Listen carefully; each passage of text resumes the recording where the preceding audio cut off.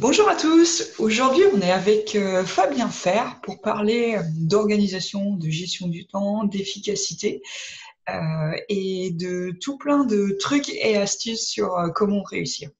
Donc, pour commencer, je laisse Fabien se présenter et vous dire qui il est et ce qu'il fait. Bonjour à tous. Alors moi, je suis aujourd'hui, j'ai un parcours vraiment atypique parce que je suis parti du monde de l'agriculture. Je suis passé par l'industrie, ingénieur, puis la médecine et aujourd'hui, je suis dans le coaching. Donc, j'ai vraiment Wow, ok. j'ai eu un parcours un peu particulier, bien que ce soit quand même l'informatique qui m'est toujours plu depuis tout jeune et aussi les relations humaines, ce qui m'a amené à faire du coaching aujourd'hui. Hormis ça, j'ai publié quelques livres, notamment deux sur le développement personnel. Voilà. Un qui traite du changement et un qui traite plus du coaching, mais en termes accompagnement. En fait, je ne le vends pas. C'est un gros livre, c'est un gros pavé qui fait 400 pages, mais je le donne en fait à mes coachés parce que c'est le programme et puis ça leur sert également de support. Ok, Voilà. d'accord. Donc, tu te bases sur ce livre dans tes accompagnements pour avoir une sorte de trame ou... Voilà, en fait, ça dépend des accompagnements. Mais par exemple, si je prends un accompagnement sur un an, ça sert d'une partie pour de trame et Hmm. l'autre partie, c'est de la théorie. C'est sur les relations humaines, enfin, il y a plein de sujets qui sont un condensé de tout un tas de cours que j'ai eus et que j'ai regroupés dans ce bouquin. Ok. Donc, ça leur permet, eux, de pouvoir, s'ils ont une question, au lieu peut-être de m'appeler, de pouvoir être autonome à la fin des 1 an. Moi, le but, c'est ça, c'est qu'à la fin des 1 an, la personne, elle sache comment entreprendre sa vie et se débrouiller par elle-même. Le but, c'est ça, l'autonomie. Donc, avant de parler de ça, toi, dans ta vie, tu entreprends ta vie et tout ça. Tu es passé donc de l'agriculture au coaching. Tu peux nous décrire un petit peu comment s'est fait ce parcours? Alors, ce parcours, il s'est fait de manière assez étrange. C'est-à-dire que j'ai commencé, mes grands-parents, ils avaient une exploitation agricole. Donc, presque, j'allais dire naturellement, on a dit, tu vas reprendre l'exploitation agricole. Mhm, Du coup, je suis allé faire des études pour ça mhm. et j'ai travaillé quelques années et je me suis rendu compte qu'en fait, c'était pas vraiment ce qui me plaisait. Parce que moi, ce qui me plaisait, c'était plus faire travailler un peu les ménages, faire des recherches. L'informatique, ça me plaisait. Donc, j'ai repris les études. Ouais. J'ai passé un bac électrotech d'abord, et puis après un diplôme d'ingé en développement logiciel. Donc, en formation adulte alors? Ouais, formation pour adultes. Ouais. Ouais, d'accord. Tout ça en formation pour adultes. Du coup, ce qui m'a permis d'obtenir un job dans une boîte où j'étais dans la partie électrique. Mhm. Et après, je suis passé dans la partie informatique.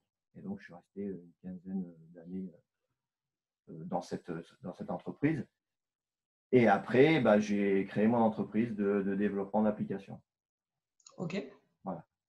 Donc, ensuite, ma femme, à l'époque, est tombée enceinte. Donc, du coup, je me suis dit, il faut que j'apprenne à m'occuper de ma fille. Donc, Ouais. comment moi, ce qui me plaisait, c'était la médecine chinoise. Donc, j'ai dit, je vais étudier la médecine chinoise. Donc, je suis parti 4 ans. Plus après, j'ai re-signé 1 an pour faire aussi du Qigong thérapeutique. Euh, donc, ça, je l'ai fait plus pour un aspect personnel.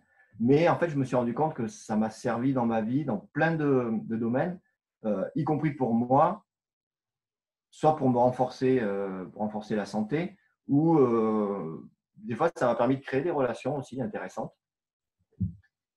Et voilà, après, une fois que j'ai eu exploré cet aspect-là, je me suis dit, qu'est-ce que je fais? Je me mets à mon compte en tant que praticien.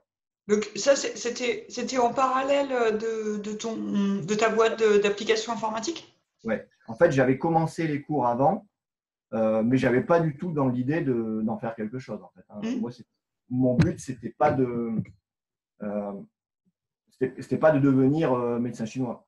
Mon but, c'était de moi être capable de gérer ma vie et de gérer la vie de pouvoir aider mes proches s'ils avaient des soucis de santé. Donc ça, c'était le but premier.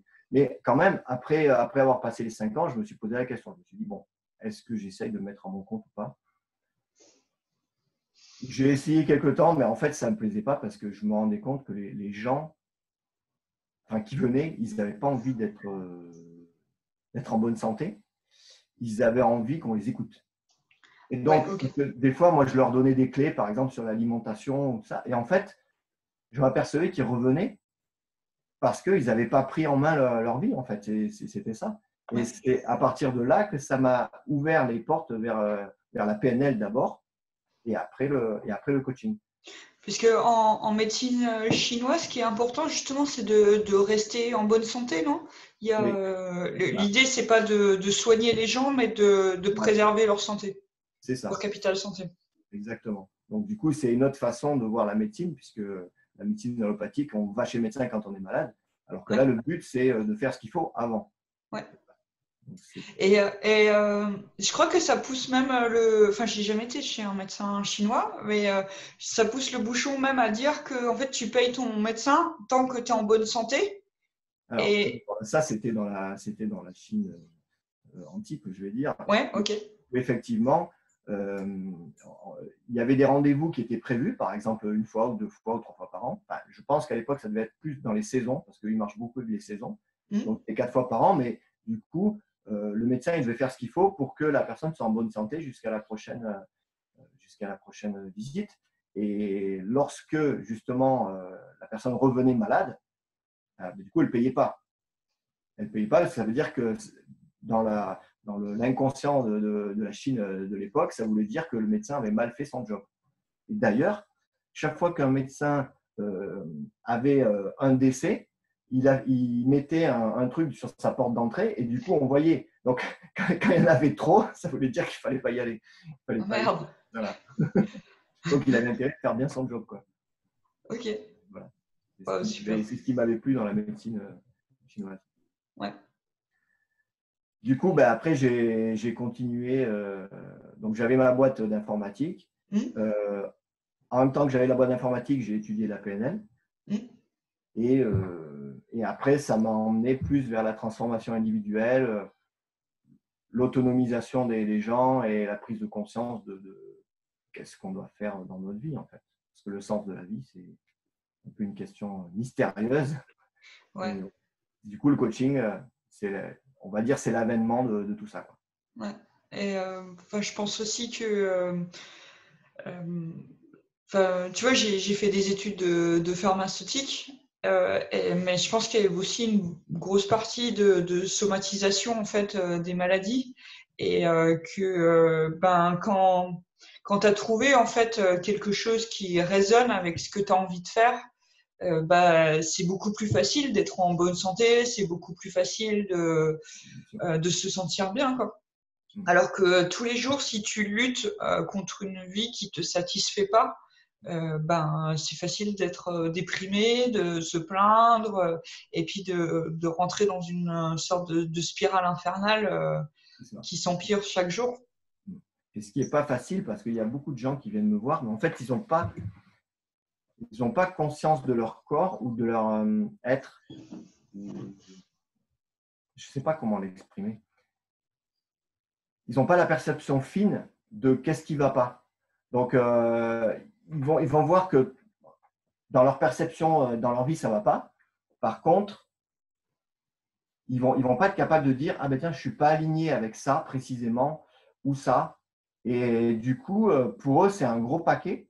Et c'est pour ça que c'est d'autant plus dur de le démêler, ce paquet, c'est qu'il n'y a pas de cette finesse et cette clarté de vision de qui ils sont et puis de vers quoi ils veulent aller. Donc, Mm. c'est souvent ça, en fait, je me rends compte. Ouais. Mm. Et puis, je voulais rajouter là pour rebondir sur ce que tu disais sur la médecine chinoise et tout ça. Moi, j'ai passé beaucoup de temps aux Pays-Bas et tu sais, en fait, quand je suis arrivée aux Pays-Bas, bah, je faisais ma grippe hivernale avec une sinusite et tout le tralala. Et puis, je commence à être malade le premier hiver que je suis aux Pays-Bas. En plus, c'est hyper humide, quoi. Donc, quelqu'un qui est sensible à la sinusite, c'est la cata, quoi. Ouais, Et là, je vais voir le médecin. Et je lui dis, oui, je suis en train de couler ma griffe infernale. S'il vous plaît, donnez-moi des médicaments, donnez-moi des médicaments. Et là, le médecin, il me regarde, il fait, ben, non, vous téléphonez à votre boss que vous êtes malade, vous restez deux jours au lit, vous prenez des aspirines, enfin des efferalgan, de l'ibuprofène, et puis dans 15 jours, si vous êtes toujours pas bien, bah, je vous prendrai en consultation, quoi. Mais là, non, vous restez au lit, quoi. Ouais, Et je sais pas, ça a été un déclic pour moi de me dire euh, aussi, c'est normal de pas toujours être à fond tout le temps. Et en plus, je pense particulièrement en tant que femme, on a nos cycles et tout ça. On n'est pas toujours avec la même énergie. Et d'écouter son corps et de se dire, ok, là, mon corps, il est en train de me dire que j'ai en effet un petit peu trop, qu'il est un peu fatigué, qu'il a besoin d'un petit peu de repos. Et puis, ben, ouais, apprendre à sentir en fait quand le corps il commence à en avoir marre et à dire, ok, repose-toi là, Claire, t'en as fait assez. Prends un petit peu de distance et puis ben, revitalise-toi, quoi. ouais, exactement. Et d'ailleurs, au début, c'est la maladie qui dit ça. Et puis après, c'est une sensation de fatigue, par exemple, ou même des fois, même avant la fatigue, le mal-être. Des fois, on sent juste une perception de ah, je suis pas bien, quoi. Mais c'est pas encore le corps qui a parlé. C'est juste une perception fine de se dire il y a un truc qui cloche. Mais même sans forcément qu'il y ait eu une dispute ou quoi que ce soit. Hein. C'est juste on sent qu'il y a un truc qui est pas net. Et ça c'est assez bluffant quand on arrive à le percevoir parce qu'on se dit ah il y a quelque chose à faire. Peut-être qu'on n'a pas encore la finesse de dire il faut que je fasse ça, mais au moins on sait qu'il y a quelque chose à faire. Et en général, vu la vie qu'on a plus ou moins tous, en général, ce qu'il faut, c'est prendre du temps, s'arrêter ou se reposer ou faire quelque chose peut-être qui nous inspire ou qui nous redonne de l'énergie. Ouais, ouais, il y a des beaux indicateurs comme être irritable. Ouais. En fait, tu vois, de prendre tout de travers quand les gens te parlent et tout ça, et c'est des bons signes de fatigue. Et Ok. ça c'est vrai que c'est assez, ça me fait souvent rire parce que souvent les personnes qui sont comme ça euh, soit en mode défensif ou en mode défensif agressif, en fait c'est juste le reflet de ce qui se passe à l'intérieur. Parce qu'à partir du moment où tu es aligné et où tu as la clarté de ce qui se passe, du coup, il n'y a pas de problème. En fait, les choses, elles arrivent, tu les gères et ça s'en va. Alors que justement, si à l'intérieur, il y a des tensions, du coup, ça ressort à l'extérieur sous forme, par exemple, d'agressivité. Euh, c'est assez marrant à constater. Ouais. Tu développerais un petit peu cette idée-là? J'ai pas compris toutes les subtilités. Alors, par exemple, là, j'ai un cas particulier d'une personne, alors, attends que je me souvienne, une personne qui est en réponse immédiate. Par exemple, dès qu'elle est sous stress, je parle, c'est un manager. Dès qu'il est sous stress, sa réponse, c'est l'attaque. Hmm. En général, c'est ce qui fait le mieux. Donc, du coup, quand on vient le voir pour lui demander quelque chose, lui, il sent qu'il y a, comment dire, il peut être mis en défaut. Hmm. Plutôt que de dire, OK, c'est ma responsabilité, j'assume, et on va faire ce qu'il faut pour arranger les choses. En fait, dessus, il est en mode attaque. Alors, soit il accuse l'autre, ou du moins, il se préserve contre ce qu'il croit être une attaque, mais en fait, ce n'est pas forcément une attaque. C'est juste que l'autre personne elle a un besoin dans le cadre de l'entreprise et que lui, c'est son rôle d'y répondre. Donc, il n'y a pas à être stressé quand c'est ton rôle de faire quelque chose et que les gens viennent te le demander. Si tu es aligné avec ça, il n'y a pas de stress à avoir. Donc, il n'y a pas d'agressivité. Maintenant, si tu montes de l'agressivité, ça veut dire que tu n'es pas aligné à l'intérieur. Alors, soit que tu te sens peut-être pas capable d'aller dans cette voie, soit que tu as peur que ça te retombe dessus. Enfin, après, il y a plein de cas différents. Mais ça prouve que tu n'es pas aligné. La personne qui est alignée, elle répond au problème et c'est fini, quoi. Ouais. Et elle l'oublie, d'ailleurs. Alors que là, la personne à laquelle je pense, elle est assez rancunière. Donc, c'est-à-dire que même si elle a réussi à résoudre le truc pour cette fois-là, elle va avoir l'autre personne dans le collimateur et il ne faut pas qu'elle revienne, quoi, parce que ça ne va pas le faire. Hmm. voilà, c'est dans cet aspect-là. C'est assez marrant à Ouais, ouais. observer. Et ça me fait penser aussi, tu sais, en fait, au début, quand tu travailles sur tes émotions, au double jeu d'émotions, en fait. Dans l'exemple que tu nous donnes, cette personne, en fait, elle ressent de la peur Mm. qu'elle transforme en colère Mm. pour préserver, en fait, son territoire. Enfin, c'est assez Voilà, voilà, l'instinct. c'est totalement de la défense. Hein. Ouais. Non, c'est de la défense. Et au C'est de la début, défense c'est de la défense parce qu'elle n'a pas pris conscience de ce qui se passait à l'intérieur. ouais, ouais, Parce que si elle rentrait et qu'elle s'écoutait, elle dit ah oui, mais là c'est cette peur. Et du coup, qu'est-ce que j'en fais de cette peur? ouais, Déjà, est-ce que je la crois? Est-ce que je la crois pas? Est-ce que je suis obligé d'aller aussi loin? Est-ce que je peux pas faire autrement? Enfin, après, elle pourrait se poser des questions. ouais, Voilà. ouais, ouais. Ouais, et donc en fait, au début, quand tu vas avoir ces émotions de colère, tu vas vouloir travailler sur cette colère, alors qu'en fait, il faut réussir à trouver euh, la, l'émotion qui est en dessous, et dans ce cas, qui est une peur de quelque chose. Mm. Et ouais, il y a des. Une fois que tu as compris, je trouve que c'est assez inné, c'est assez simple, quoi, mais les premières fois C'est où tu simple. essayes de bosser là-dessus, Voilà. c'est compliqué. C'est pas facile, surtout pour des personnes qui ont toujours été comme ça depuis des années. Alors lui, ça doit faire peut-être 25 ans qu'il fonctionne dans ce mode-là. Du coup, bah, comment dire, pour arriver à lui faire comprendre qu'en fait, à l'intérieur, il y avait quelque chose d'autre, bon, ça demande un travail et il faut que la personne soit volontaire pour aller voir ça. Parce que ça fait, enfin, je ne vais pas dire que ça fait mal, mais pour une personne qui aime bien avoir le contrôle, qui aime bien tout gérer et tout, aller se regarder en face ses faiblesses à l'intérieur, surtout quelqu'un qui, lui, comme lui, a vraiment le culte de la performance, il faut être toujours au taquet, etc. Du coup, bah, c'est assez. Ça le pose dans une situation de faiblesse. Mais accepter de voir ça, du coup, ça la fait grandir, ça la fait grandir énormément. Ouais. Ok, bah merci pour ce petit témoignage. Euh, la prochaine question que je voulais te poser, c'est j'imagine que parfois tu as plein de choses à faire, tu as envie de faire plein de choses. Est-ce que comment tu fais pour t'organiser, pour gérer au mieux ton temps? C'est quoi tes tactiques? Alors, ouais, alors c'est vrai que moi, je suis un hyperactif. Euh, euh, pas dans le sens vraiment péjoratif, mais je fais énormément de choses.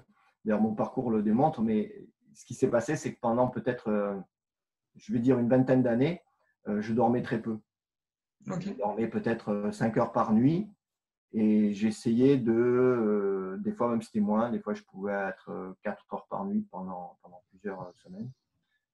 Euh, et par contre, ce que j'avais comme astuce, c'est que chaque fois que j'allais aux toilettes, je me posais, c'était mettons 10 minutes je ne vais pas dire de méditation, mais où je lâchais tout, je pensais à rien. Et du coup, ça me permettait pendant la journée d'avoir quelques moments comme ça, où même si je n'avais pas trop dormi pendant la nuit, hop, je posais tout, et après je prenais une grande inspiration et je repartais. Donc, donc ça, je l'ai fait quelques années, puis après je me suis rendu compte quand même que ce n'était pas très écologique pour mon corps. Puis il y a des Bon, meilleurs endroits à utiliser comme sas de décompression, je pense. voilà. Euh, du coup, j'ai commencé à dormir un peu plus. Donc là, je dois être maintenant à 6-7 heures. Euh, mais par rapport au fait de faire plein de trucs, je fais toujours plein de trucs. Par contre, je pense que ce que j'ai fait, je les ai plus alignés avec mes valeurs. Alors, je les ai alignés avec mes valeurs et ma vision. Enfin, valeurs, vision et opportunité, pour être plus exact. Parce Ok. que je veux toujours me laisser le petit espace de s'il y a quelque chose qui se présente, bah, je veux être en capacité de pouvoir saisir l'occasion. Ouais. Alors qu'avant, il n'y avait même pas de temps pour ça.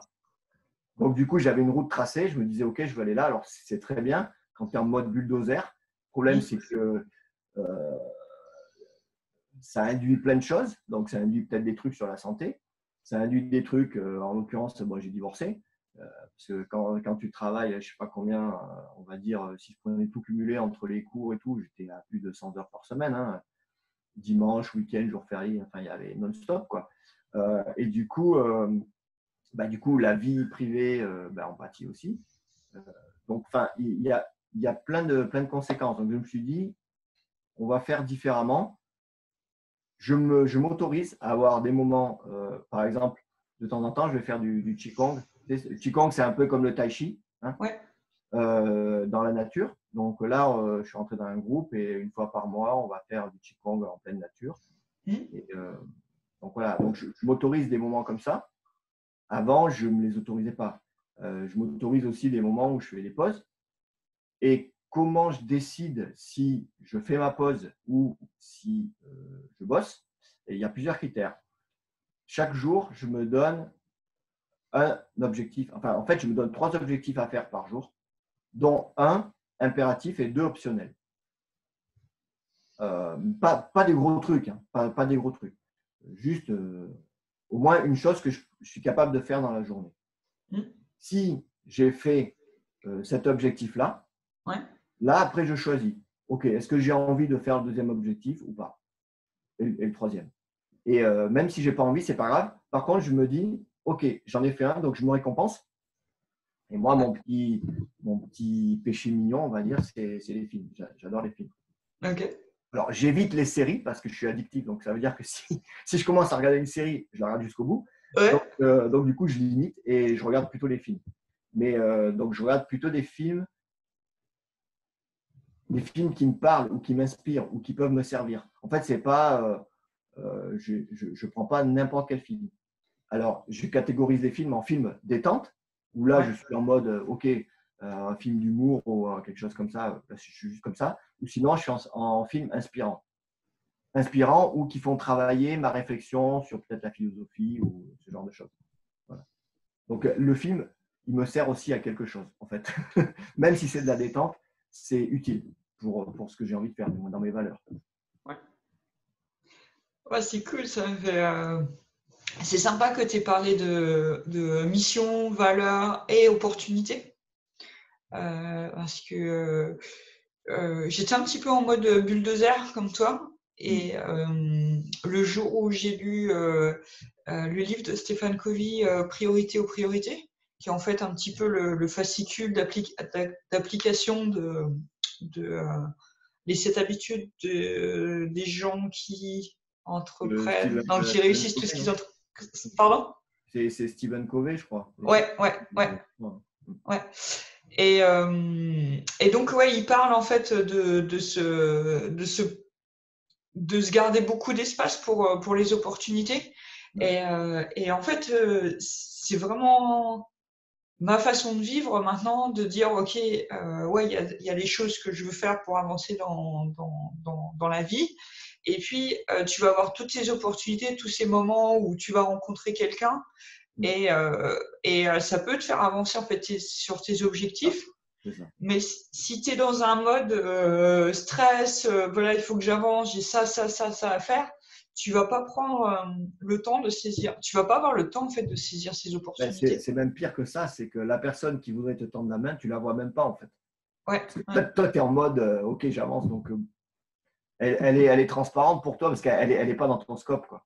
Ouais. Et je me suis rendu compte qu'effectivement, quand tu ouvrais un peu, tu avais plein de trucs qui arrivaient et tu te dis, ah ouais, avec le recul, c'est pas mal.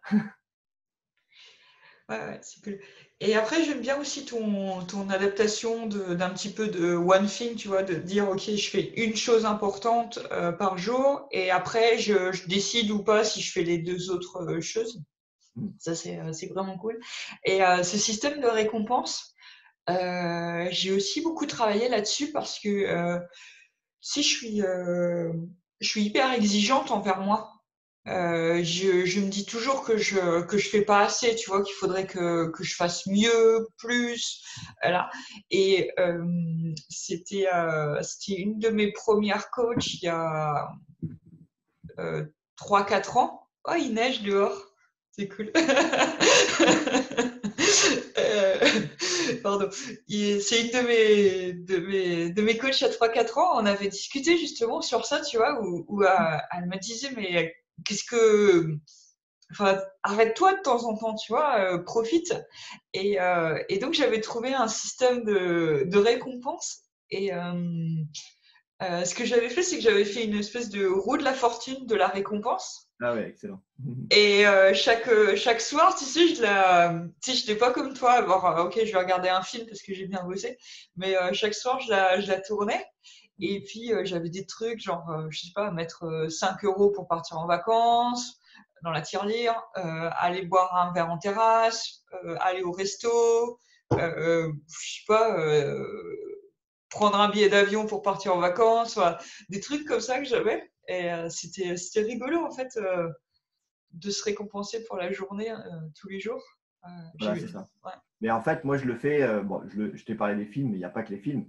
Je suis hyper gourmand, donc j'adore tout ce qui est dessert et trucs comme ça. Ouais. Mais j'en mange pas. Alors, du coup, ça veut dire que quand j'ai vraiment envie d'un dessert, je me Ouais. dis, bon, est-ce que tu l'as mérité? Et du coup, même si j'ai pas fait ce que j'avais à faire de la journée, mais que je craque sur le dessert, je dis, bon, bah, ok, tu as pris le dessert, donc maintenant tu vas aller jusqu'au bout parce que tu as pris le dessert. Enfin, tu vois, ça marche aussi de l'autre côté, quoi. Ouais.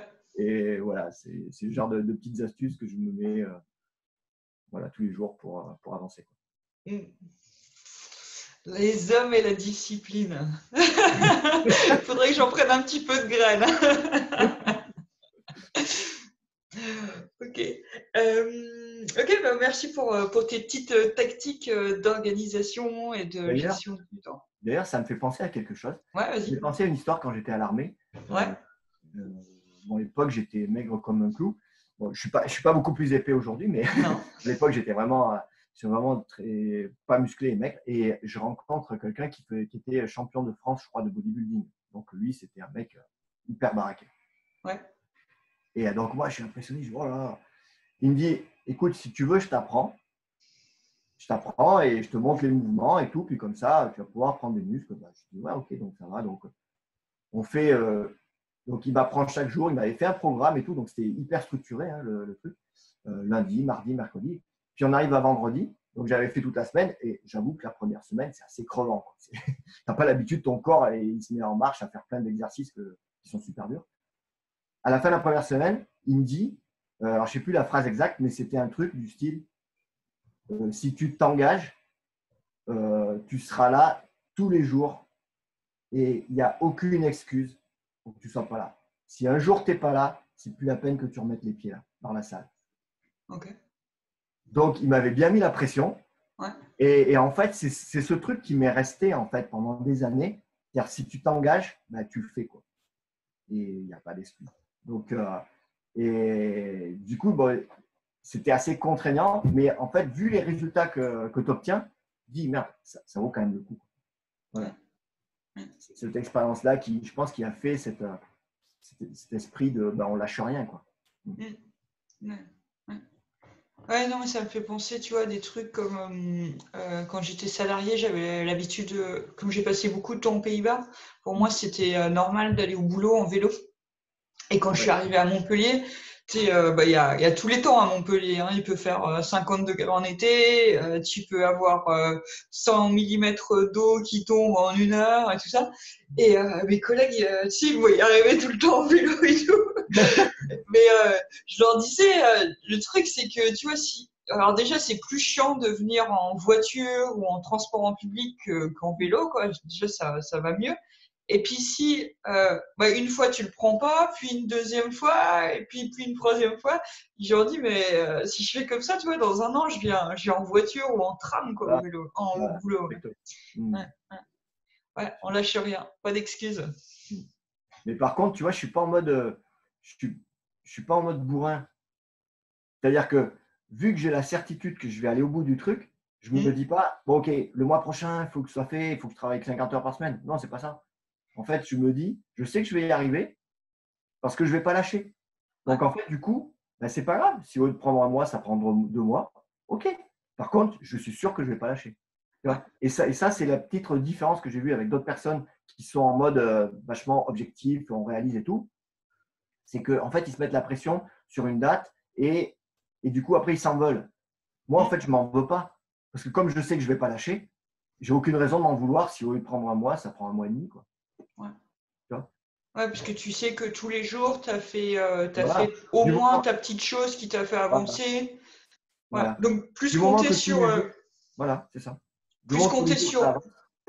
Pardon. Non, non, vas-y, vas-y. Je dis plus compter sur l'effet cumulé, en fait.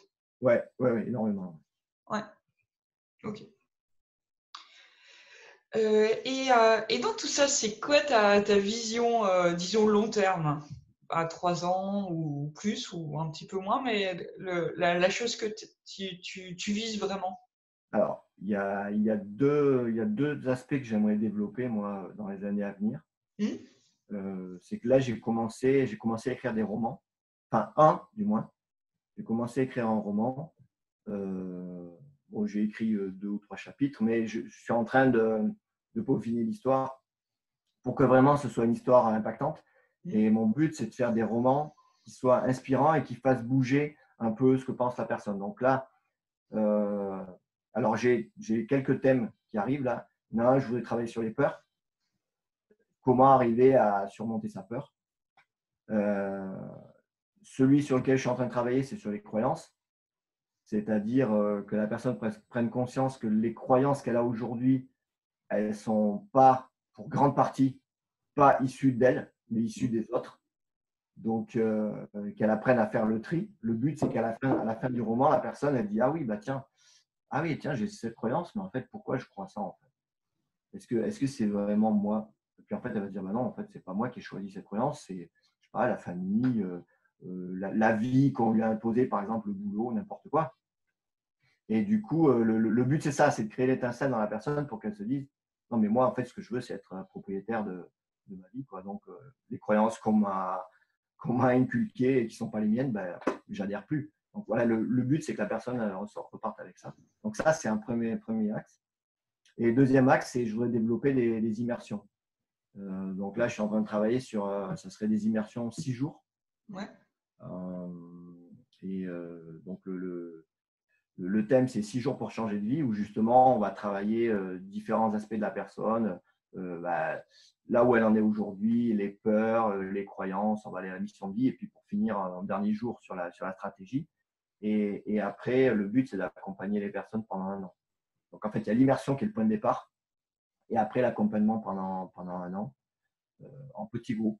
Voilà, ça, c'est vraiment les trucs que j'aimerais développer, parce que ce que je me rends compte, c'est que il y a des gens qui viennent en coaching, mais en fait, il faut beaucoup de temps, séance après séance, pour que la personne débloque un truc, puis débloque un deuxième truc, puis débloque un troisième truc. Alors que je me suis dit, si on commence par l'immersion, où là, on remet tout à plat, et après, là, elle commence à construire, comme on a éliminé des peurs, des freins, des blocages, etc., du coup, elle est plus enclin vite à passer à l'action et à avoir des résultats. Alors que si, par exemple, je sais pas, tu as une séance par mois ou 2 séances par mois, une séance, tu vas travailler sur un truc. Donc, elle revient, hop, ah oui, tiens, j'ai eu ça. Ah, ok, bon, on travaille sur un autre truc. Et du coup, les résultats, ils arrivent, mais c'est plus graduel. Et par exemple, j'ai eu un cas où la personne, elle avait un petit résultat sur un truc. Donc, en fait, elle avait avancé. Et puis, il y avait un autre truc qui arrivait, qui prenait le pas, en fait, un autre problème. Donc, ce qu'elle avait résolu ici, vu que ça prenait le pas, et ben, quelque part, elle perdait les avantages de ce qu'elle avait eu avant. Donc, du coup, elle n'arrivait pas à cumuler. Donc, il a fallu vachement travailler sur. C'est pas parce que tu as un nouveau challenge qui arrive que tu dois perdre cette habitude-là. Par exemple, s'il a eu une petite habitude, et voilà. Alors que lui, vu que les séances étaient trop éloignées, il n'arrivait pas. Alors après, d'ailleurs, ce qu'on a fait, c'est resserrer les séances. Après, on avait une séance par semaine jusqu'à ce que toutes les habitudes soient mises en place. Et donc après, c'est reparti.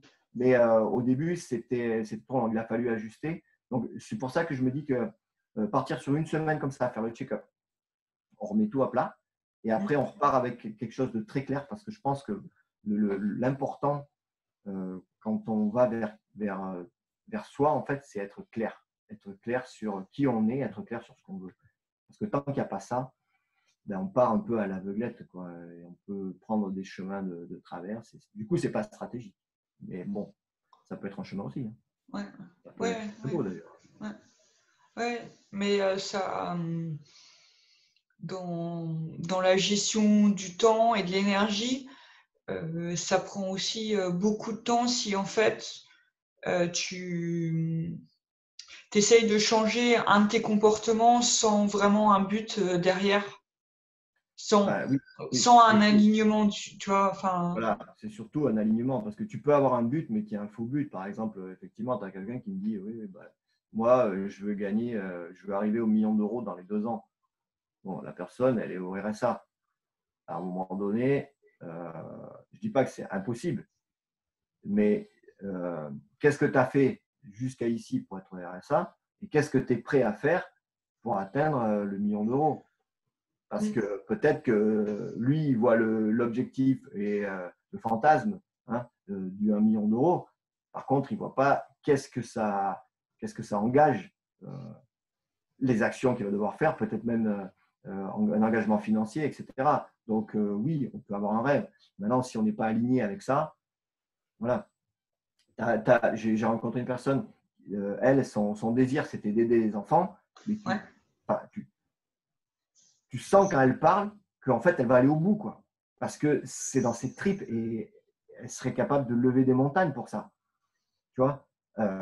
Donc là, tu sens que c'est aligné. Même si aujourd'hui, elle dit ouais, moi j'aimerais impacter la vie d'1 million d'enfants. Ça paraît grand, mais quand tu parles avec elle, en fait, tu sens que c'est atteignable. Tu sens que c'est juste et tu sens qu'en fait, elle va tout faire pour ça. Donc après, c'est que de la stratégie, puis rencontrer les bonnes personnes, réseauter, etc. Mais le feu, il est là, tu vois. Alors que la personne qui dit je veux avoir 1 million d'euros dans 2 ans, le feu, il est où en fait? Voilà. Tant qu'elle n'a pas mis cette lumière, bah, on ne sait pas, quoi. C'est ça qui est important. Ouais. Ouais, ok. Oui, oui, je suis totalement d'accord. Je voulais revenir sur 2 points avec toi sur ton idée de roman. Mhm. Je sais pas si tu connais, mais moi j'ai lu le Chevalier à l'armure rouillée. Ah, Et alors, je connais le nom, mais je ne l'ai pas lu. ouais, c'est excellent, ça se lit en 1 heure. C'est un tout petit conte, tu vois, un peu à la Petit Prince, quoi, conte pour enfants. Et bah, c'est pareil, tu vois, un peu un style de fable où bah, tu as une histoire qui donne une morale. Et, Ouais. euh, et donc là, c'est sur. Tu peux voir en fait l'armure comme des masques que tu te mets. D'accord. Ouais. Et en fait, ils sont tellement. Ça fait tellement longtemps que tu les as que bah, tout est rouillé et tu n'arrives plus à les enlever, quoi. Donc Mhm. ce chevalier à l'armure rouillée part en quête pour bah, trouver les moyens en fait d'enlever son armure. C'est une belle histoire, ça se lit super bien. Et bah, je trouve ça génial, ces livres, ces romans avec cette petite, je sais pas, cette petite morale de l'histoire, le truc qui fait réfléchir. Alors après, oui, si ça t'intéresse, je peux te parler un petit peu d'histoire. Hein. Ah bah vas-y, raconte-nous l'histoire alors. En fait, bon, je ne vais pas tout dévoiler, mais ça commence. En fait, l'histoire, ça se passe euh, moins, alors je vais dire, je ne me rappelle plus exact, mais moins 25 000 ans, enfin vraiment, vraiment dans le passé. Ouais, donc préhistoire, un truc comme ça. Ouais, voilà, enfin, ça commence vraiment au début de, comment dire, en fait, c'est donc là, bon, Ouais, il chasse un mammouth et il y a une personne du clan qui se fait renverser par le mammouth et qui reste en fait, j'allais dire, abandonné pendant plusieurs heures, plusieurs jours. Le problème, c'est il est blessé, donc en fait, il ne peut pas bouger. ouais, Et, euh, et du coup, pendant ce temps-là où en fait, il s'aperçoit qu'il est réduit à pas grand-chose, en fait, il pense à plein de trucs et il commence à créer des croyances particulières. ouais, Et au bout d'un moment, parce qu'en fait, le mammouth est parti et blessé, mais du coup, comme la survie de la tribu en dépendait de ce mammouth-là, toute la tribu a suivi jusqu'à ce que le mammouth s'effondre pour pouvoir commencer à dépecer, etc., et prendre de la nourriture. Donc, en fait, lui, ils ont pu venir le chercher qu'après, une fois qu'ils avaient sécurisé toute la tribu. Du coup, quand ils reviennent, lui, entre-temps, il a eu toutes ces révélations, tout ça, et en plus, il y avait un loup qui rôdait autour et qui attendait qu'une chose, c'est qu'il meure. Donc, bon, lui, il avait, je crois, une lance ou un bâton, donc il pouvait encore se défendre pour pas trop que la louve l'attaque, mais il y avait ça. Et du coup, il revient avec des croyances, et donc ça commence comme ça, c'est que il fait passer ses croyances à la tribu. Tu vois? Et donc ça, c'est le tout début. Et en fait, après, on voit un jeune qui est aujourd'hui. Et en fait, lui, c'est un jeune, il fait des études, mais qui ne lui plaisent pas vraiment. Et lors d'une soirée avec un pote, en fait, ils prennent de la drogue. Et en fait, on comprend que ce que le jeune a vu à ce moment-là, enfin, ce que le jeune a vu pendant qu'il a pris la drogue, c'est cette histoire-là. Ouais. Ok. Et bon, voilà, après ça part comme ça, parce que du coup, lui, il devient addict en fait à cette drogue, il vit plein de trucs, et voilà, et après, ça va jusqu'au bout. Mais c'est pas mal. Ok, cool. Nickel. Ça a l'air cool. Et donc, tu vas l'éditer. T'en es où avec ce projet de livre alors? Déjà, je vais déjà finir de l'écrire. Ouais. C'est pas mal. Et puis après, soit je vais aller voir un éditeur, soit je vais faire l'auto-édition, je ne sais pas encore. Ok. J'attends d'avoir le bouquin terminé pour me dire ok, qu'est-ce que j'en fais. Parce que je veux vraiment que ça me parle en fait à moi. Tu vois. Si à la fin, enfin, parce que j'ai déjà la fin plus ou moins, tu vois, et quand j'ai commencé à mettre un peu le truc, j'avais les larmes aux yeux, j'ai dit waouh. Donc si moi déjà, rien qu'à l'idée, j'ai les larmes aux yeux, il faut vraiment que j'arrive à le. Et je veux arriver à ça, quoi. Je veux arriver à ce que ce soit hyper impactant à la fin. Donc, si je ne suis pas satisfait, je ne le publierai pas, quoi. Je veux arriver vraiment à ça. Il faut que les gens. Ok. On t'envoie tout plein de courage, tout plein de créativité pour que tu fasses ce que tu as envie de faire avec ce bouquin. Merci. C'est cool. Et justement, en fait, cette histoire de bouquin, c'est peut-être un bon objectif pour parler de procrastination ou de moments où tu vois, tu te sens un petit peu démotivé. Ouais. Puisque écrire un bouquin, ça prend énormément de temps. C'est pas toujours évident parce que c'est un projet perso, quoi, donc on est souvent seul. Ouais, c'est ça. Qu'est-ce que t'as des remèdes quand t'as envie de jeter ton bouquin par la fenêtre ou je sais pas, ou Alors, de le bon, laisser au fond de l'ordi? déjà ce qui est important pour moi, c'est la clarté. Donc, comme je sais que je veux le faire et que ça fait partie d'un truc qui m'anime, donc j'ai facilement de la volonté pour y aller. Maintenant, effectivement, ça m'arrive de me faire piéger, entre guillemets, que ce soit par Facebook ou YouTube. Alors là, j'ai découvert un truc avec une personne que j'ai accompagnée qui, elle, était hyper procrastinatrice. Euh, Où en fait, elle se mettait style à 6 heures de l'après-midi sur YouTube, et d'un coup, elle se réveillait à 4 heures du matin sur YouTube, quoi. En fait, elle avait regardé des heures et des heures et des heures de YouTube, mais en fait, qui lui a mené rien. Enfin, c'était tout et rien, quoi. Elle avait pas appris forcément quelque chose, même s'il y avait des trucs intéressants, elle était là en mode consommateur, tu vois. Ouais. Et C'est chaud quand même sur YouTube, quoi. Pardon? Tu vois, j'imagine bien ça sur Netflix, mais sur YouTube, Ah ouais, mais il faut alors il quand même, regardait. Bah, le vouloir, quoi. ah mais attends, vraiment addict, quoi. Il regardait une émission, puis après une autre, puis après une autre, et puis il tombait sur un petit truc de quelques minutes, puis après il tombait sur une émission de 2 heures, et puis voilà, quoi. Et au final, à 4 heures du matin, il se disait, faut peut-être que j'aille me coucher, quoi. Donc, euh, du coup, on a cherché des moyens. On a cherché des moyens, alors bon, on a fait un peu des récompenses, les machins. Ça marche, mais pas tant que ça, en fait. Du coup, ce qu'il a fait, il a trouvé un truc c'est de procrastiner avec sa procrastination. Et ça, j'ai trouvé ça génial. De procrastiner. Alors ça, franchement, quand on a trouvé ça, j'ai dit, mais en fait, c'est trop top. Ok. Alors là, Donc, tu nous as mis le suspense. Maintenant, il faut que tu nous tu racontes vas voir. comment on procrastine avec sa procrastination. Voilà, en fait, il disait, ouais, mais ce qui est chiant, c'est que quand je suis en train de voir ma vidéo, je vois les vignettes Ouais. sur le côté et je me dis, ah, ça, je voudrais le regarder, ça, je voudrais le regarder, ça, je voudrais le regarder. Et donc, quand la vidéo est finie, bah, il clique. Mm. Et il clique en ouvrant un nouvel onglet parce qu'il veut conserver quand même la liste qu'il avait regardée.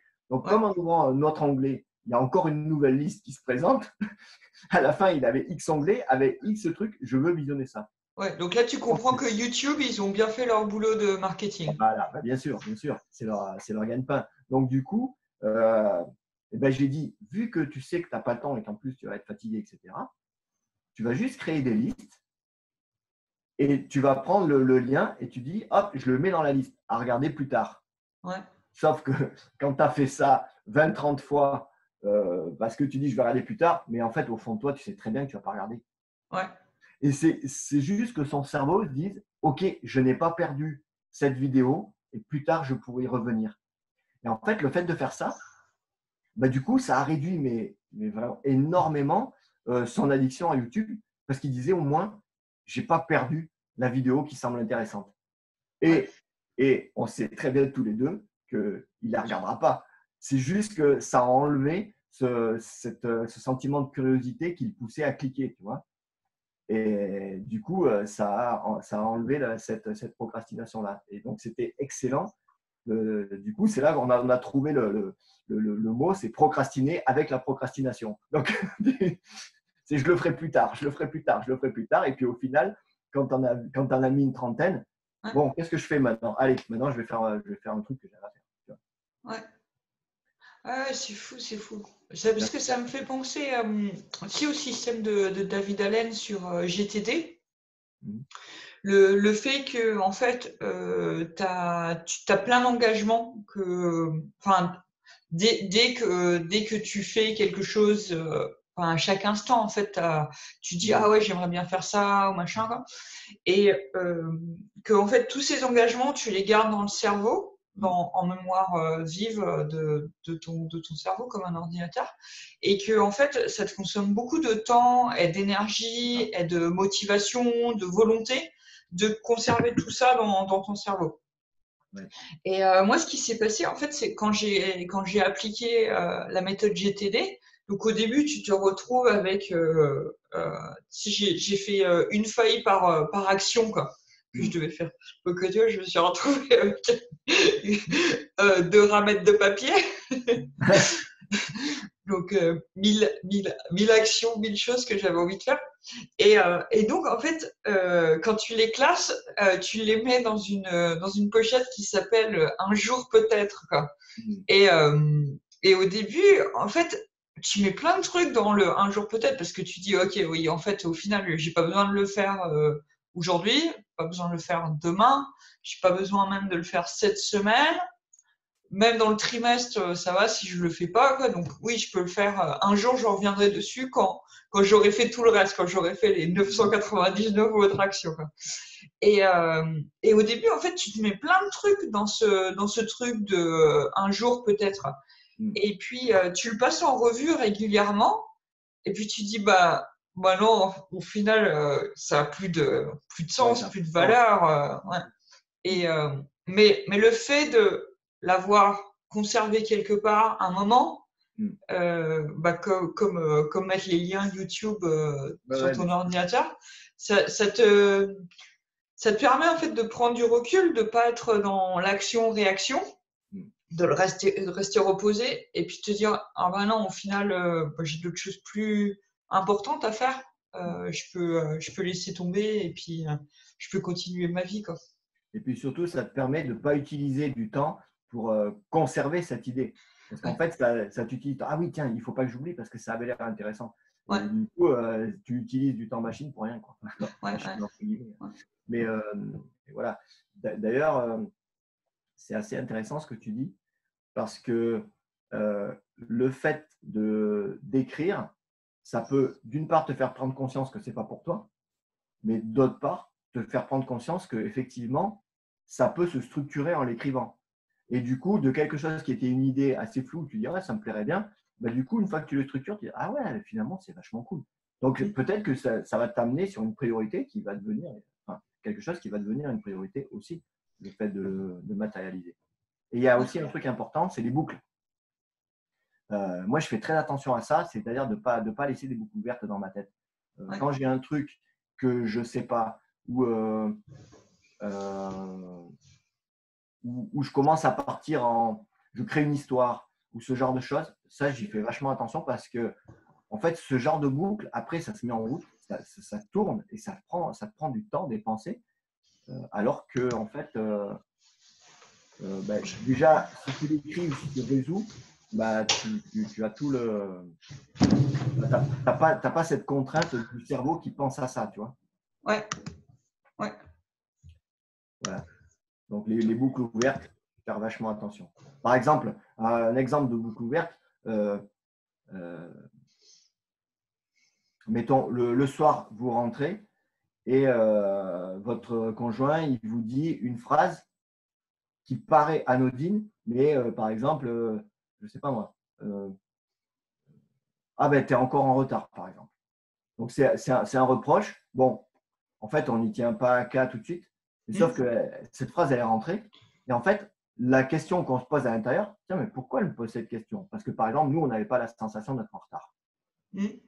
Sauf que cette question qui vient boucler, tant qu'on ne la pose pas, elle reste dans la tête. Et du coup, c'est du temps. Et il y a plein de petits moments dans la journée où il peut y avoir des trucs comme ça qui sont où on n'a pas la réponse.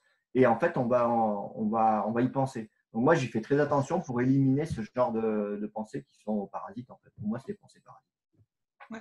Donc soit j'en parle ou soit je fais la clarification. Je me dis, OK, je n'ai pas besoin de m'embêter avec ça. Et hop, je fais un trait. C'est pas mal ça. Je pousse pas le truc à faire la clarification parce que j'avais pas vu en fait les boucles jusqu'à ce point, tu vois, de dire en fait ouais, quand il y a quelqu'un qui me fait une remarque qui m'interroge, en fait tant que j'ai pas clarifié, c'est une boucle ouverte. J'avais pas. Ok. Et ouais, c'est ok, je m'en sers. Et j'avais un autre exemple, en fait, tu sais, c'est une personne, en fait, qui donc elle avait négocié une prestation de service avec une grosse boîte du 440. Et la prestation de service était en route, mais tu vois, il fallait que le client, pour formaliser tout ça dans le système, il ait le devis, quoi. Et donc, en fait, il fallait, ce chef d'entreprise, il fallait qu'il fasse le devis. Mais comme la prestation, elle était faite, que c'était une affaire réglée, tu vois, c'est le truc que tu n'as pas forcément envie de faire. Et puis, en fait, il se disait, ça sert à rien que je délègue ça, tu vois, ça prend 3 minutes à faire un devis, je vais m'y mettre, quoi. Sauf que il s'y met pas, donc tu vois, ça reste dans le cerveau. Sauf que au bout d'un mois, il reçoit un email du client qui dit j'attends toujours le devis. Oui. Voilà. Et puis ça continue comme ça pendant plusieurs mois, quoi. Puis on travaille ensemble.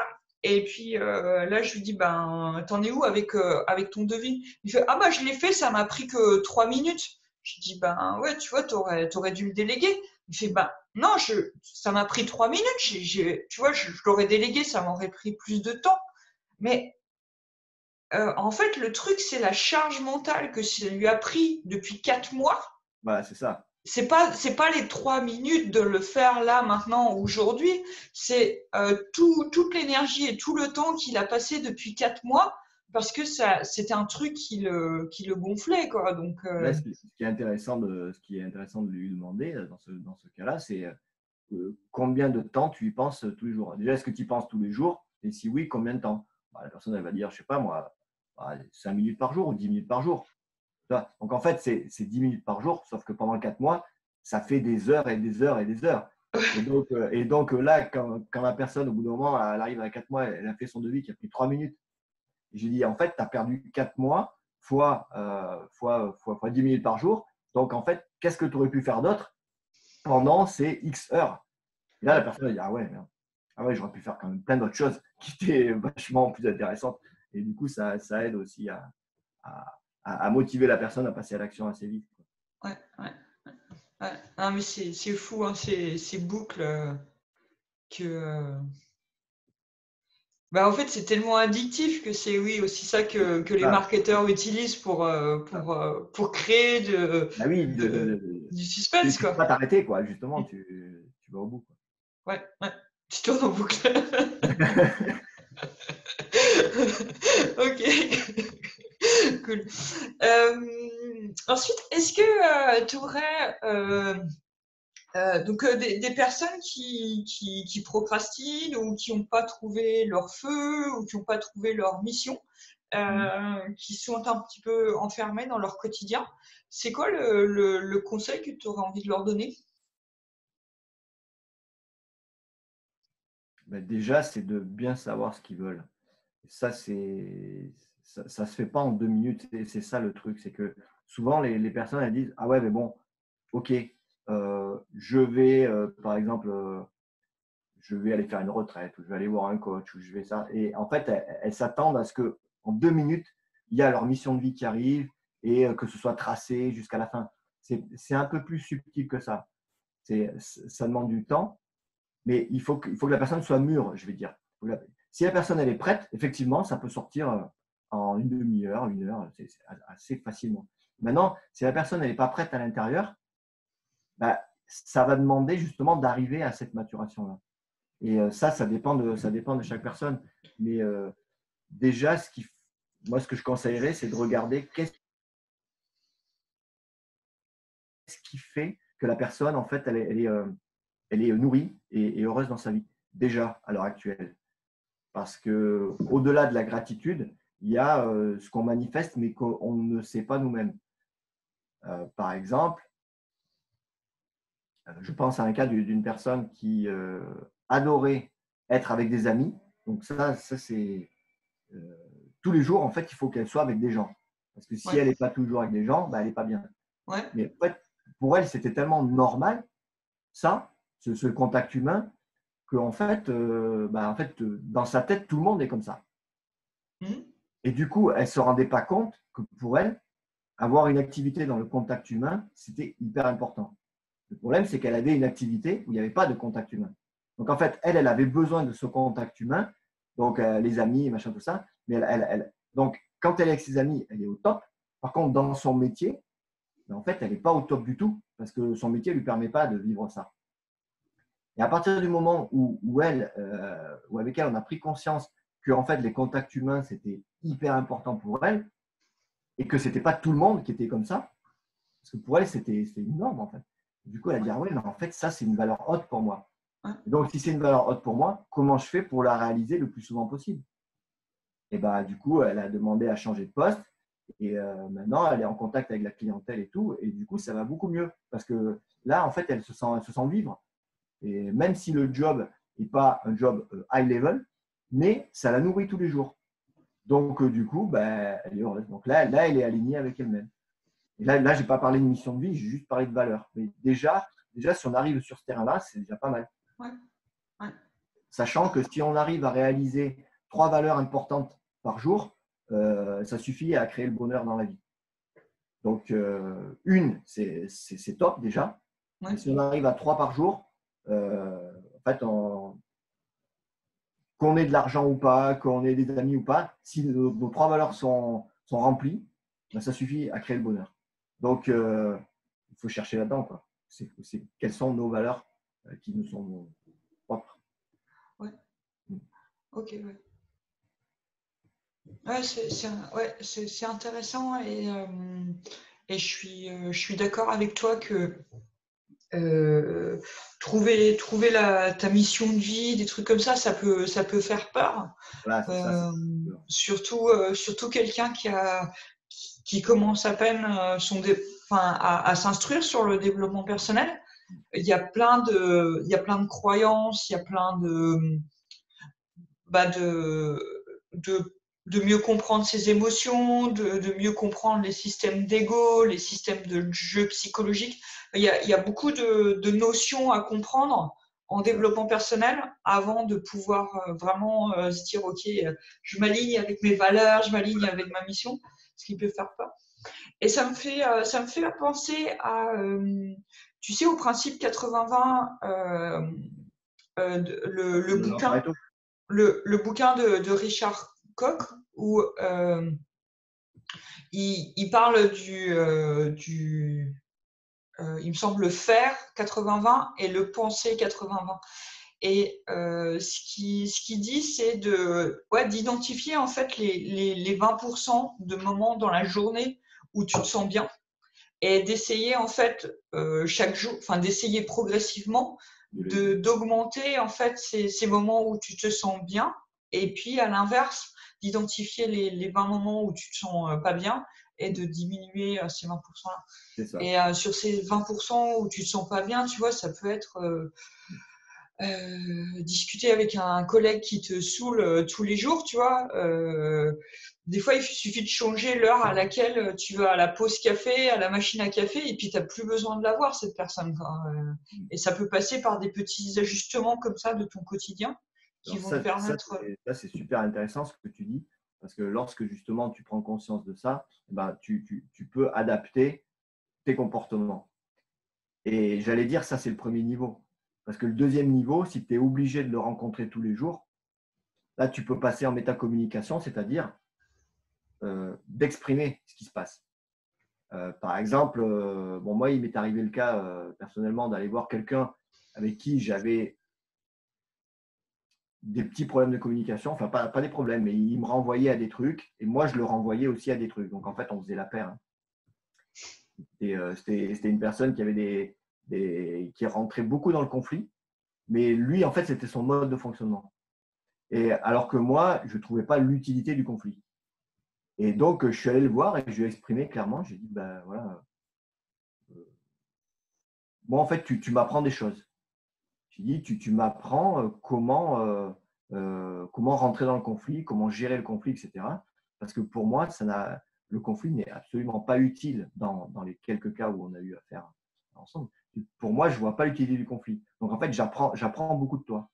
Et le fait que je lui ai dit ça, ça a débloqué tout un tas de trucs dans la relation. Et du coup, en fait, on s'est rapprochés, on a commencé à parler. Et c'était vachement intéressant de voir que, ben, en allant et en parlant en métacommunication, ça veut dire exprimer, s'observer de l'extérieur et voir qu'est-ce qui se passe. Et l'exprimer. Donc, du coup, en faisant ça, la relation a totalement changé. Donc, bon, peut-être pour arriver à ça, et ça demande un peu de travail, mais déjà, prendre conscience, comme tu l'as dit, toi, c'est déjà une super clé. Ah oui. Et cette personne à qui tu as dit ça, elle faisait un peu de développement personnel ou pas du tout? Non, très peu. Waouh. Ah oui, j'aurais… Ok. Ouais. Et d'ailleurs, justement, ça l'a surpris. Enfin, mais comme je n'étais pas dans l'attaque, moi j'étais là, presque je le remerciais en fait. J'ai dit, bah, écoute, moi, enfin, je te regarde avoir des conflits, tout ça, et enfin, moi, je comprends pas je comprends pas le mécanisme, quoi. Et en fait, ça m'intéresse d'apprendre. Ouais. Et voilà, quoi. Du coup, ça a créé de la communication. Ouais. Ouais. C'est assez. Ouais. Plus si tu… Ouais, plus que… Ouais, c'est fou hein, que… En fait, tout ce qui nous arrive dans la vie, on peut en tirer des leçons, on peut apprendre et réussir à transformer une relation où tu n'es pas forcément bien avec l'autre parce qu'il y a des conflits en un apprentissage, c'est beau. Ouais. Ouais. Ok. Alors ensuite, avant-dernière question pour toi, Fabien, c'est c'est quoi le film, la personne ou le livre qui t'inspire le plus? Ah, il y en a beaucoup. Des Tu peux personnes. nous en donner plus qu'un hein, si tu veux. Ouais. Alors, j'ai beaucoup lu Jiddu Krishnamurti. Ok. Donc, c'est un, je ne saurais pas dire qu'est-ce qu'il est exactement, parce qu'il a une vie assez extraordinaire. En fait, c'était un petit qui était surdoué à l'école, du moins qui était assez charismatique. Et à l'âge de 6-7 ans, il a été, alors je ne sais pas s'il a été racheté exactement, parce que c'était en Inde. Donc, lui, il était dans une famille très pauvre. Ils étaient peut-être, je ne sais pas, 7 ou 8 enfants. Et il y avait, comment dire, des gens qui voulaient créer, je vais dire un nouvel ordre mondial, mais je ne pourrais pas dire ça, en fait, qui réfléchissaient sur la philosophie pour diriger le monde, en fait. Et ils avaient besoin d'un leader. Et donc, ils essayaient de trouver des gens un peu partout dans le monde qui avaient une espèce d'aura, une espèce de charisme déjà très jeune. Et donc, ils le repèrent lui. Et alors, je crois qu'ils l'ont acheté à la famille, il me semble. Et sauf que lui, il a dit, je ne pars pas sans mon frère. Donc, bon, du coup, ils ont acheté les deux. Ouais. Je dis acheter, je ne sais pas si c'est vraiment acheté, mais bon, ils sont quand même allés voir les parents pour prendre des enfants. Donc après, il est parti faire des études, je ne sais plus où, à Harvard, ou enfin, dans les grandes écoles, ou en Angleterre, enfin, je ne sais plus où. Il a voyagé en Angleterre, aux États-Unis, etc. Donc, il a appris plein de langues, il a fait de la philosophie, etc. Et je crois qu'à l'âge de 13 ans, il donnait déjà des conférences pour le groupe, ou des séminaires ou des conférences devant plusieurs milliers de personnes. C'est ce que je me souviens de l'histoire. Du coup, bon, il commence à faire ça pour diffuser la parole du groupe. Et puis, vers l'âge de 20 ans ou 21 ans, donc il n'avait pas le droit de fréquenter des femmes. Enfin, c'était le message. Tu vois, il était vraiment formaté à ça. Et je crois qu'à l'âge enfin, quand il avait une vingtaine d'années, donc son frère est mort d'une pneumonie, si mes souvenirs sont bons. Et du coup, ça a créé un chic dans sa tête. Et c'est là qu'il a dit, mais attends, en fait, qu'est-ce qui se passe? Comment je suis utilisé? Est-ce que c'est vraiment le message que je veux véhiculer? Et du coup, il y avait un grand rassemblement où, je ne sais pas, il y avait peut-être 10 000 personnes, où il devait faire encore une allocution. Et en fait, quand il fait son discours, il dit, ben voilà, je dissous le groupe. Et donc, il dit qu'en fait, alors que ce n'était pas lui le responsable, hein, sauf qu'il dit, ben voilà, je dissous le groupe parce que ça ne me correspond plus. Et donc, comme ça, c'était lâché, ben, du coup, les autres en panique et tout, ben, comment on fait, etc. Et donc, il explique pourquoi. Et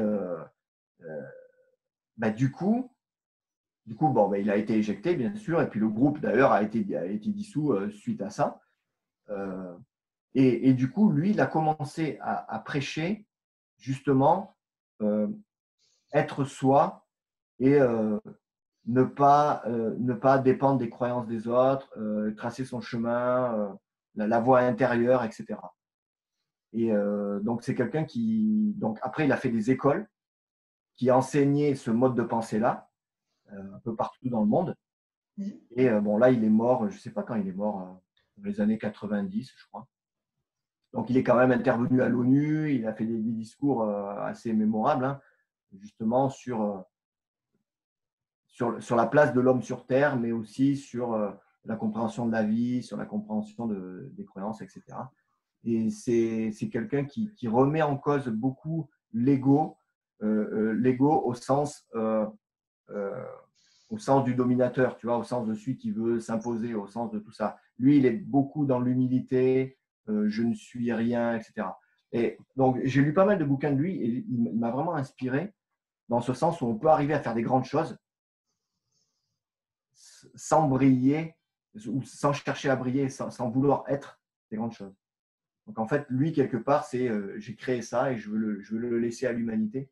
Et je suis qu'un vecteur de cette pensée, en fait. Tu vois, assez intéressant comme approche. Donc, Jiddu Krishnamurti. Après, il y a des personnes qui sont inspirantes, bon, comme par exemple Arnold Schwarzenegger, c'est quelqu'un qui m'a vraiment inspiré parce qu'il est parti de rien, il était tout frêle, à 14 ans, il devait faire 40 kilos ou je ne sais pas quoi. Enfin, on se dit, c'est hallucinant, quoi.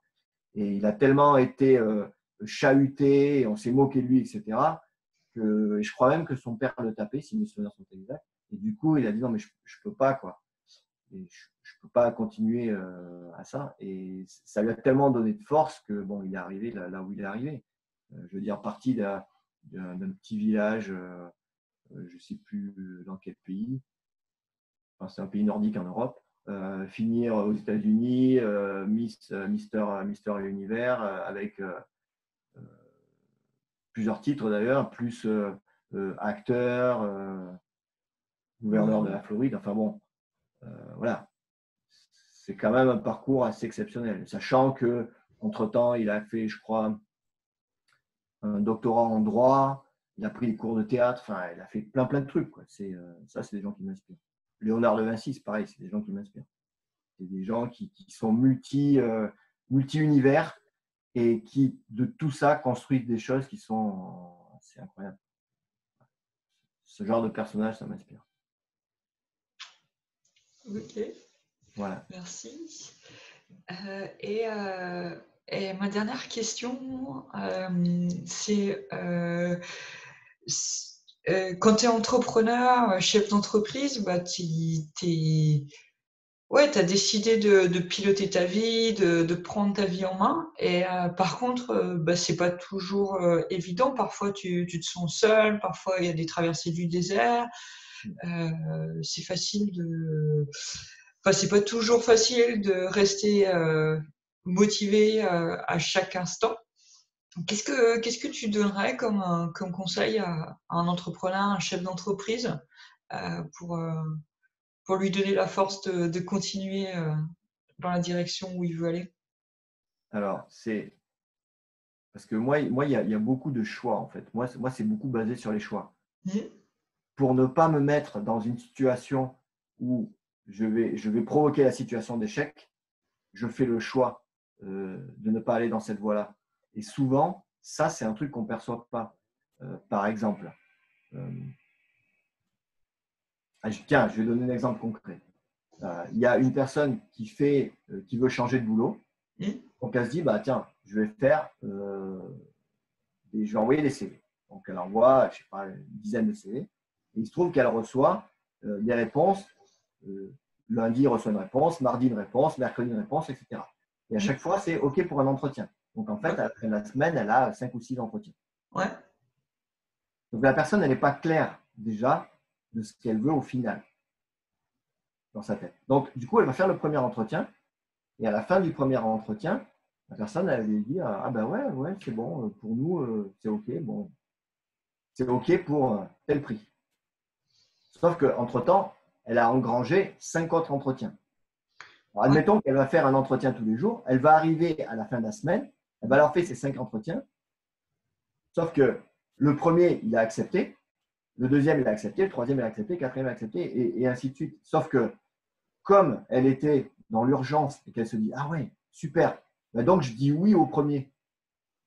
En fait, si tu dis oui au premier sans avoir vu les autres, quelque part, tu provoques le défaut. Tu provoques le truc de dire, ah ouais, mais si par exemple, je ne sais pas moi, on ne va pas annoncer le prix, mais le premier, il t'annonce un prix, le deuxième, il t'annonce 10% de plus, et le troisième, 10% de plus du deuxième, et que tu as dit oui au premier, quand tu arrives au cinquième, en fait, tu es mal à l'intérieur. Ouais. Et en fait, c'est toi qui l'as provoqué, ça. Donc, pour ne pas provoquer ça, ben, y a plein de trucs, mais du coup, si tu le perçois tout de suite, tu fais les bons choix. Tu fais les choix de dire, par exemple, à la fin des premiers entretiens, plutôt que de dire OK, parce que, mettons, la personne, elle s'était fixé un salaire. Elle dit, ah bah oui, bah lui, c'est bon, il m'a donné ce salaire-là. Le salaire que je m'étais mis dans ma tête, qui est d'ailleurs une barrière. Hein, parce que là, on s'est mis une barrière à un niveau de salaire, mais peut-être qu'on vaut plus. C'est juste que comme on a atteint cette barrière, ben, OK, ça marche. Ouais. Donc, on dit oui tout de suite parce qu'on a atteint notre barrière, notre objectif, il est OK. On ne s'ouvre pas la case de l'opportunité qui a encore 4 entretiens derrière et qu'on va pouvoir négocier plus. Donc, si par exemple, la personne, elle dit à la fin du premier entretien, ben, écoutez, j'ai 4 autres entretiens derrière, je vous recontacte à la suite des 4 autres entretiens, déjà, ça donne un peu plus d'espace plutôt que d'accepter tout de suite. Bon, là, c'est un exemple, Mais en fait, voilà, moi, j'essaye d'éviter ce genre de situation où, en fait, qui me met en défaut. Et ça, je fais sur les choix, en fait. Pour moi, les choix, c'est hyper important. Le choix de ce que je veux, le choix de mes actions et tout ça. Donc, pour les choix, moi, j'ai plusieurs techniques pour les choix. Pour vivre bien, j'ai plusieurs techniques. J'ai la technique de l'alignement, je vais dire. C'est-à-dire, là, c'est une technique où, en fait, il faut être vraiment en phase avec soi-même, de ne pas être dans les perceptions. Par exemple, je veux trop quelque chose, ou je fantasme, ou j'ai des peurs, tout ça. Non, mais je m'aligne, et là, je le fais dans le ressenti. Donc ça, c'est un mode de décision que j'aime particulièrement parce qu'il est très rapide. À partir du moment où on le maîtrise, en 4-5 secondes, on sait, tiens, j'y vais ou j'y vais pas. Ça ressemble un peu à de la kinésio. Je ne sais pas si tu connais la kinésiologie. J'ai vraiment que des notions de base de kinésio. Voilà. Bon, en fait, la kinésiologie, c'est l'écoute du corps. Le corps nous parle et le réflexe musculaire va faire en sorte qu'on perçoit. Alors, par exemple, il y a un exercice que tout le monde peut faire qui est super à faire. C'est l'exercice, par exemple, pour les salariés d'un salaire ou pour les clients, pour ceux qui sont chefs d'entreprise, le prix de la prestation. Ouais. Et ça c'est assez super. En fait, on se met debout, comme ça, et on se met en balancier. Donc, on va vers quelque chose, ça veut dire oui. Et si on est en retrait, en général, ça veut dire non. Bon, après, on l'étalonne. On se dit une phrase, par exemple, je ne sais pas moi. Bon, quel est mon nom, par exemple? Mon nom est Fabien. Okay, et là, j'écoute le corps. Et en fait, le corps, il va faire un mouvement très léger, de bascule devant. C'est à peine perceptible. Par contre, il faut se mettre en écoute. Et ça, c'est pour apprendre à le faire. Et puis après, on va dire, ben voilà, je veux vendre ma prestation, je ne sais pas, 500 euros. Hop, ah ouais, ça me va. Je veux vendre 800 euros. Ah ouais, ça me va bien. Je veux vendre 1000 euros. Ah ouais, ça me va. 1500. Ah ben non. Ah ben non, 1500, ça ne va pas. C'est marrant. 1300. Ah, 1300 non plus. 1200. Ah, 1200, c'est un peu plus stable. Tu vois. 1100. Ah ouais, ben 1100, c'est bien. Et du coup, ça permet de trouver le prix. Et là, c'est vraiment le ressenti, tu vois. Bon, ça demande un peu de pratique. Par contre, moi, c'est un truc que j'utilise assez régulièrement. Je fais vachement attention à justement comment réagit mon corps. Donc ça c'est la première technique. Après, la deuxième technique, c'est je fais très attention entre l'urgent, l'important et ce qui est sous mon contrôle. Ouais. Donc, parce qu'en fait, pour vivre heureux, alors j'avais préparé un petit slide. Tu veux que je le montre ou pas? Ah ouais, si tu veux, ouais. Alors attends, je vais voir si je peux partager ça.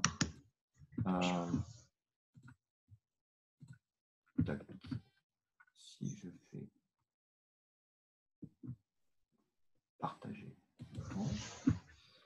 et je vais partager ça comme ça. Voilà. Je ne sais pas si tu vois là. Ouais, ça arrive. Ouais, nickel. Voilà.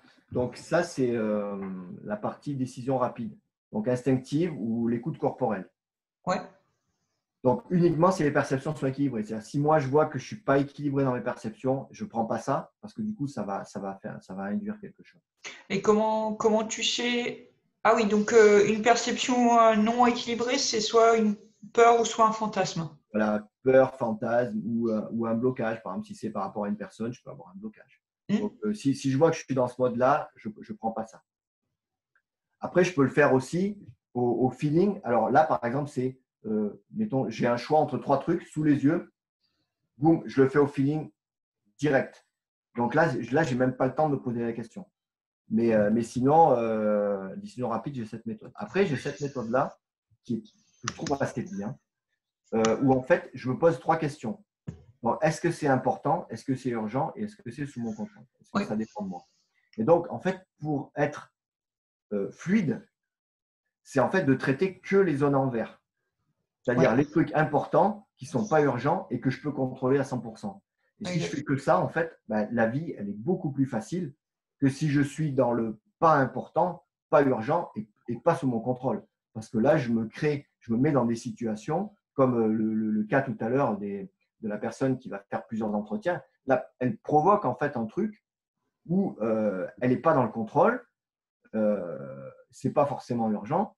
Par contre, c'est important. Mais du coup, ça va créer de la tension à l'intérieur. Donc, moi, j'essaye d'éviter tout ça. C'est pour ça que moi, j'essaye de me balader au plus possible dans la zone verte.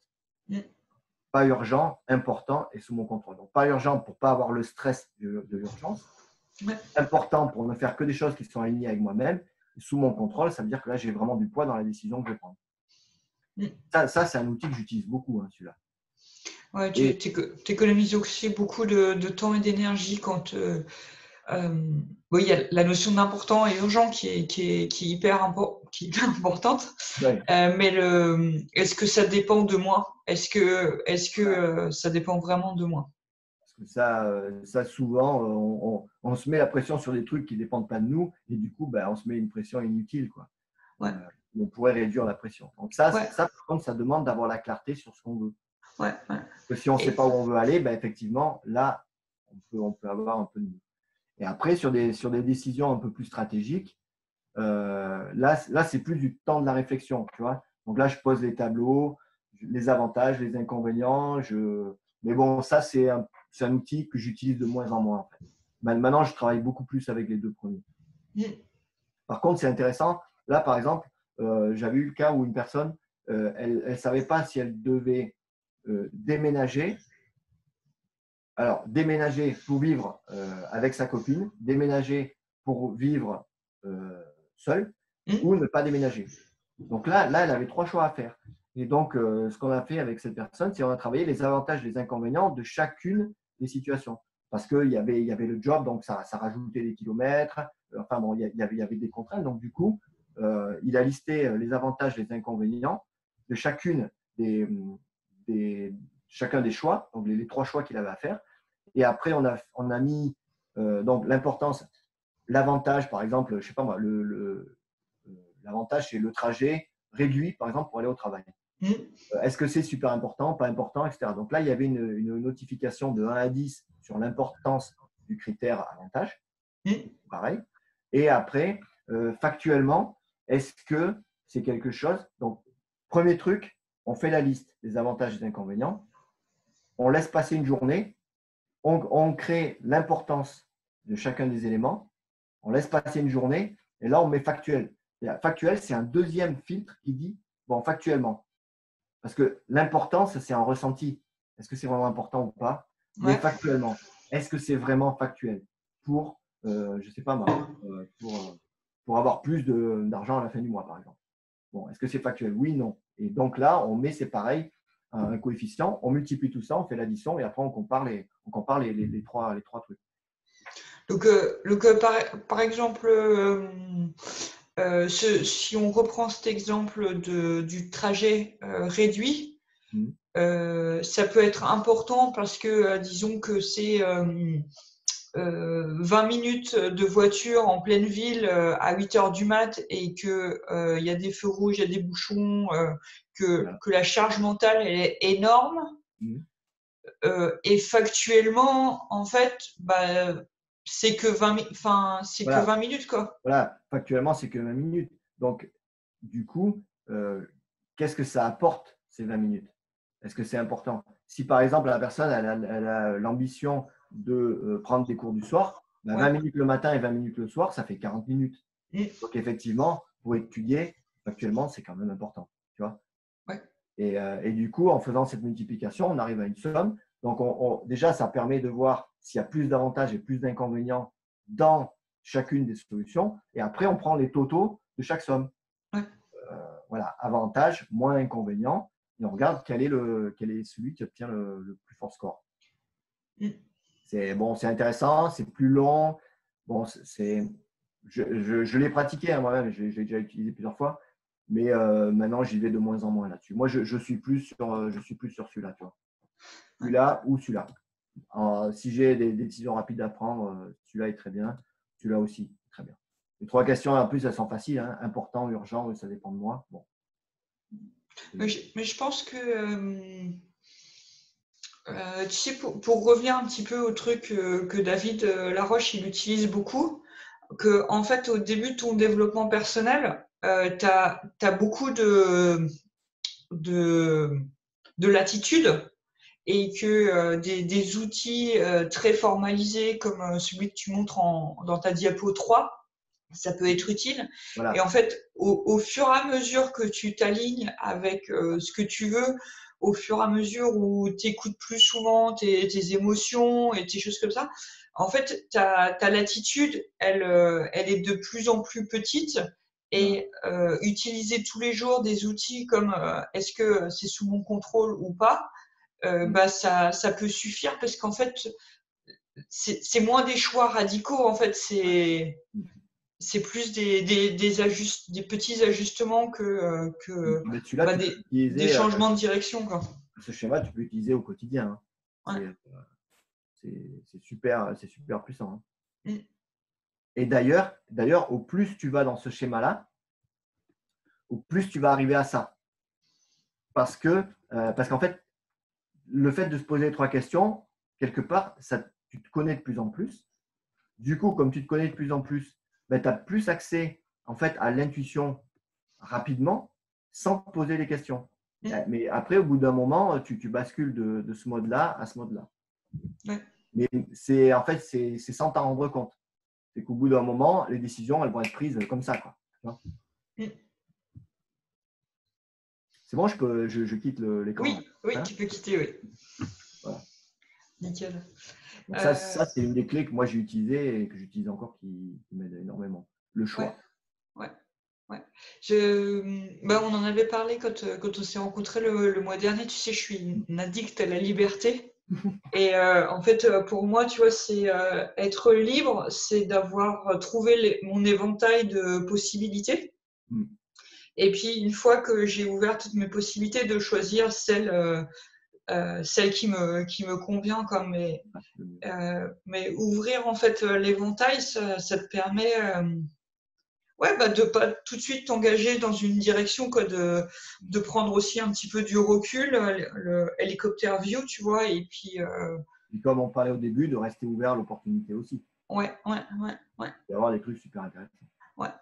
Avec toujours dans le contraste et l'opposition, de faire attention parce que le plus tu as de portes ouvertes, le plus tu vas procrastiner tu as le risque de procrastiner à choisir la porte que tu vas prendre ou à essayer de trouver des stratégies pour ne fermer aucune porte. D'où la clarté. Ouais. Alors après, moi, j'ai plein d'autres outils que je mets pour ça, mais bon, j'ai mon plan à 10 ans, à 5 ans, à 3 ans. Alors, je sais pas si les personnes qui regardent font ça, mais c'est un outil qui est intéressant quand même de se poser, même une demi-journée ou quelques heures du moins. C'est quoi mon plan, peut-être pas à 10 ans, mais au moins à 5 ans, quand est-ce que je veux dans 5 ans, qu'est-ce que je veux dans 3 ans, l'année prochaine. Bon, déjà, ça donne des pistes. Ça donne des pistes. Même si on n'y arrive pas forcément, il y a quand même une direction. Il y a des personnes qui vont vouloir, des personnes qui vont vouloir voyager, des personnes qui vont vouloir plus d'argent, des personnes qui vont vouloir passer de temps avec leur famille. Voilà, donc c'est déjà clarifier ça sur 5 ans, 3 ans, ça peut vraiment donner des pistes sur les directions à suivre lorsqu'on a des choix à faire. Ouais. Ben, dans mes techniques, c'est avoir une direction, c'est un des 3 éléments clés. Ah oui. Parce que si en fait, mon principe, c'est de dire que si tu procrastines, c'est parce que en fait, procrastiner, ça t'apporte plus d'avantages directs que ne pas procrastiner. Et en fait, si t'as pas trouvé un truc inspirant qui t'aspire, enfin, je sais pas trop comment Et l'exprimer, quoi. vibrer, qui te donne Ouais. Ouais. Ben, si t'as pas ce truc, cette inspiration, cette aspiration, tu risques de te perdre, de faire les mauvaises choses, de faire ce qui est pas important, de faire ce qui est pas urgent, de faire ce qui est pas dans ta sphère de contrôle. Et Et pour une bonne gestion du temps, une bonne organisation, une bonne gestion de son énergie, c'est important de savoir où tu veux aller. Alors, c'est vrai qu'il y a aussi une autre technique que j'utilise, ça, Ouais, j'en ai pas parlé, ouais. c'est El Pomodoro. Ah, je déteste, je déteste. Et donc El Pomodoro, c'est je me dis, bon, j'ai un truc à faire où j'ai pas trop envie de le faire, mais Ouais, je m'y mets 10 minutes, par exemple, ou ouais, 15 minutes. ouais. Et au bout de 15 minutes, je fais le point. Et en général, avec moi, ça marche assez bien. C'est qu'au bout de 15 minutes, ben, je suis lancé dans mon truc. Bon, finalement, j'ai fait quelque chose. Bon, allez, je prolonge encore un peu, je prolonge encore un peu. Voilà. Maintenant, il y en a avec qui ça marche, qui ça marche pas. Moi, ça marche très bien. Oui. Enfin, moi, ce que j'aime pas dans le Pomodoro, c'est enfin, j'arrive pas à tenir le rythme de. C'est quoi? C'est 20 minutes, 3 Ouais. minutes de pause, Alors, 20 minutes, 3 minutes de pause. voilà. Alors, normalement, c'est comme ça. Mais après, on l'adapte. Enfin, moi, je sais que je l'ai adapté. Parce que, effectivement, normalement, tu as 20 minutes et après, tu as une pause. Le problème, c'est si tu prends une pause, qu'est-ce qui va faire que tu vas revenir? Tu Ouais, vois?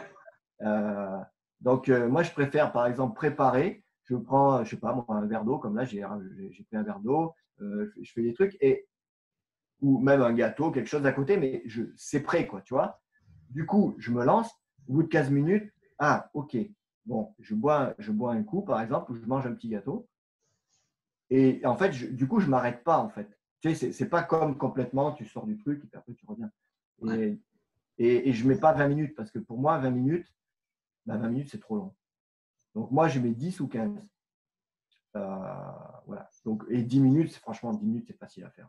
Enfin, même sur une tâche qui est très chiante, 10 minutes, ça se fait, quoi. Ouais.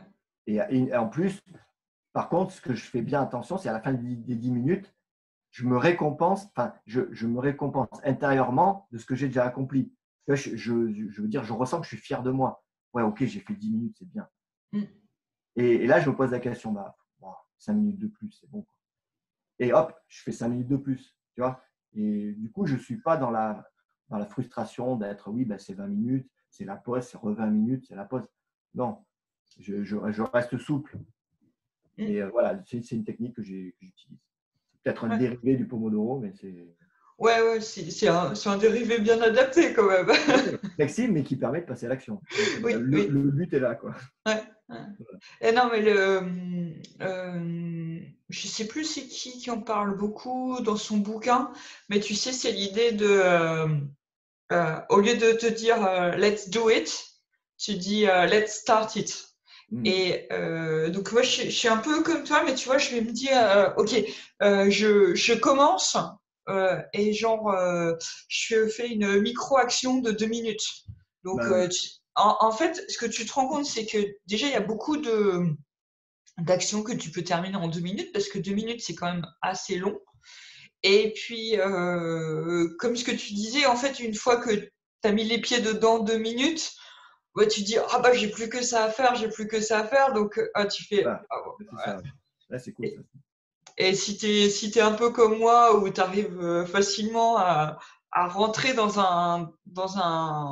à être présent et puis à rentrer dans le truc, et tu regardes ta montre et tu fais ah bah c'est bon, j'ai fini, j'ai passé Ouais. 25 minutes dessus et Voilà. puis Du coup c'est le micro Pomodoro, en fait.